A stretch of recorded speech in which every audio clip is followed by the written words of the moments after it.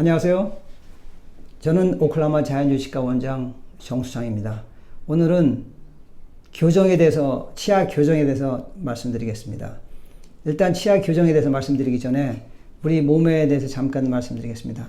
우리 몸은 그 세포가 있고, 세포가 모여서 조직이 있고, 조직이 모여서 조직이 되고, 그 다음에 조직이 모여서 하나의 시스템이 되죠.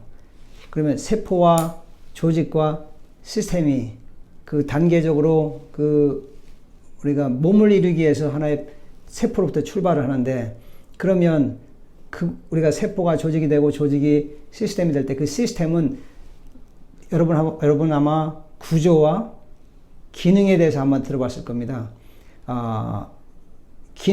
구조는 기능을 따른다는 그런 말이 있어요. 우리가 건축학에서 그 구조는 다시 말하면 형태는 기능을 따른다. 다시 말하면 기능을 고려해서 그 구조물을 우리가 만들어내야 됩니다.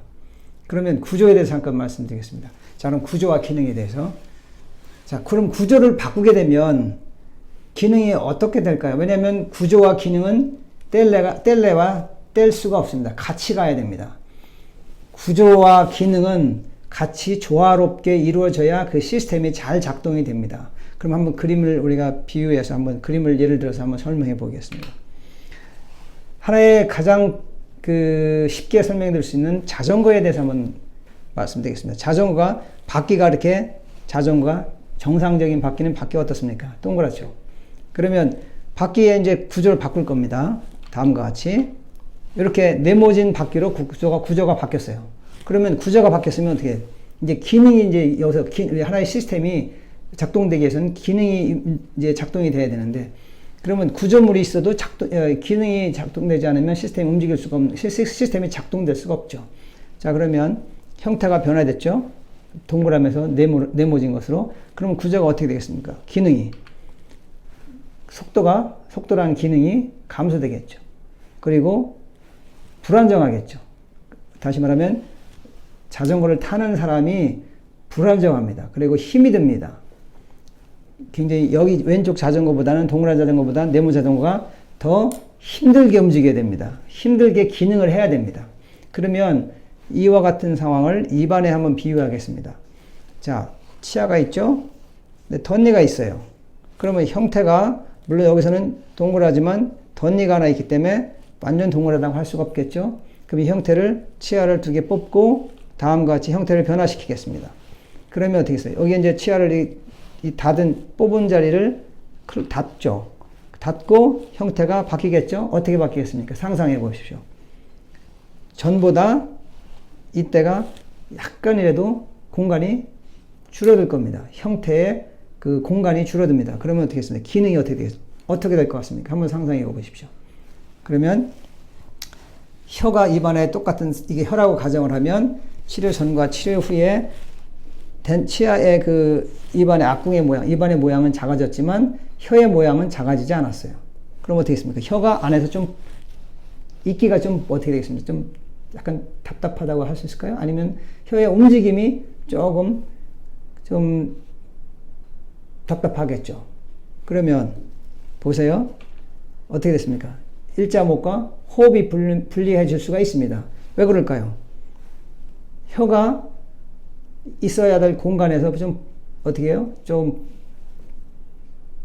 분리하니까 호흡을 하기 위해서, 호흡이 가장 중요하죠.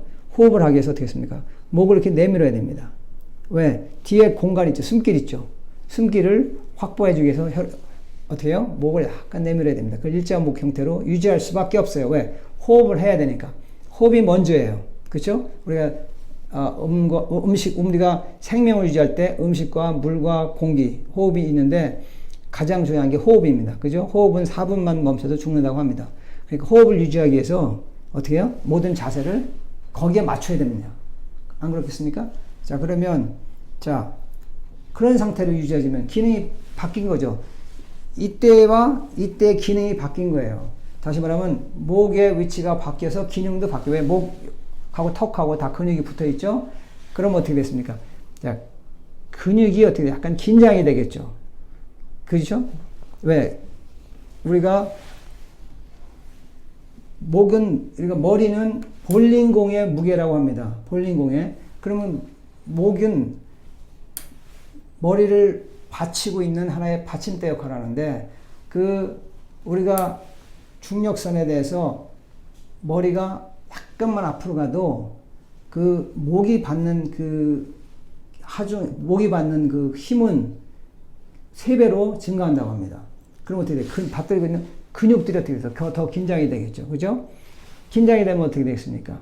그 근육 안에 있는 혈액과 신경이 전과 후보다 좀 약간 순환되는데 불리한 상태가 될 겁니다. 그럼 어떻게 되겠습니까? 목이 더 긴장이 되고 저작 근육과 자세 근육들이 조금 긴장을 할 수가 있습니다. 그럼 어떻게 되겠습니까? 턱을 벌릴 때, 입을 벌릴 때, 말하고 우리가 씹고 할 때 더 전보다 작동 범위가 약간이라도 줄어들 수가 있습니다. 아주 미세하게라도. 그럼 불편함을 호소할 수 있는 거죠. 그래서 우리가 치아 교정을 할 때는 반드시 아까 우리 시스템을 작동시킬 때 필요한 구조와 기능을 같이 어우러서 조화를 이루어야 되듯이 근육 기능을 담당하는 근기능 치료를 같이 겸해서 치아 교정 치료를 받아야 가장 이상적인 치아 교정 치료라고 말할 수 있겠습니다. 여러분 어떻습니까? 우리가 치아 교정할 때 그냥 치아만 이쁘게 똑바로 할 것이 아니고 반드시 우리가 말하고 삼키고 씹고 숨쉬고 할 때 다 근육을 이용해서 기능을 하는데, 그러면 치료 전과 치료 후의 형태가 바뀌었기 때문에 근육도 의치에 맞게 바뀌어야 됩니다. 물론 혹자는 그렇게 말합니다. 근육이 거기에 적응이 된다고. 물론 사람에 따라 차이가 있겠지만 적응을 잘 못하는 사람도 있습니다. 왜? 범위에 따라서, 쉽게 말씀드리면 입안의 사이즈의 범위에 따라서 잘 적응을 못하는 사람이 있어요. 그렇기 때문에 가능하면 근기능 치료를 같이 겸비해서 치료를 해주는 것이 가장 이상적인 치아 교정 치료라고 말할 수 있겠습니다. 감사합니다.